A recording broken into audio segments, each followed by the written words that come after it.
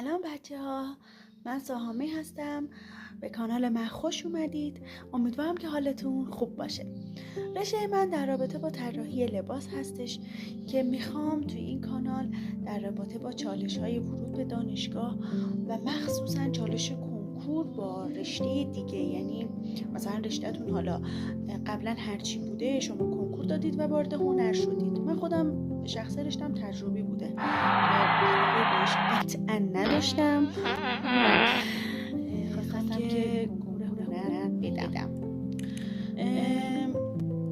میخوام طراحی فیگور رو بهتون یاد بدم، طراحی لباس، جنسیت سازی و خیلی چیزای دیگه ای که ممکنه شما رایگان دریافت نکنید، ولی من تو کانالم رایگان و برای اینکه همگی ازش استفاده کنید و وقتی وارد دانشگاه میشید مثل من گیج و مات و مبهوت نباشید که الان باید کجا برم، الان باید چیکار کنم، جوجمان چیه. من تا یه مدت میدونستم جوجمان چیه و همه اینا رو میخوام بهتون یاد بدم، آموزش بدم. یه سری ویدیو فام ببینیم، یه سری کارا و ایده های جدید، خلاقیت هایی انجام بدیم و خیلی خوشحال میشم که چنل منو دنبال کنید.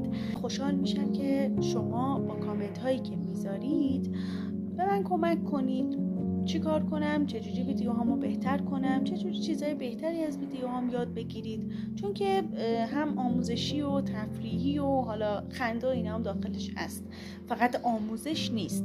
ولی قطعا هم شما یه تجربه کسب می‌کنید و هم من. امیدوارم که همیشه سلامت باشید و منو دنبال کنید. مرسی.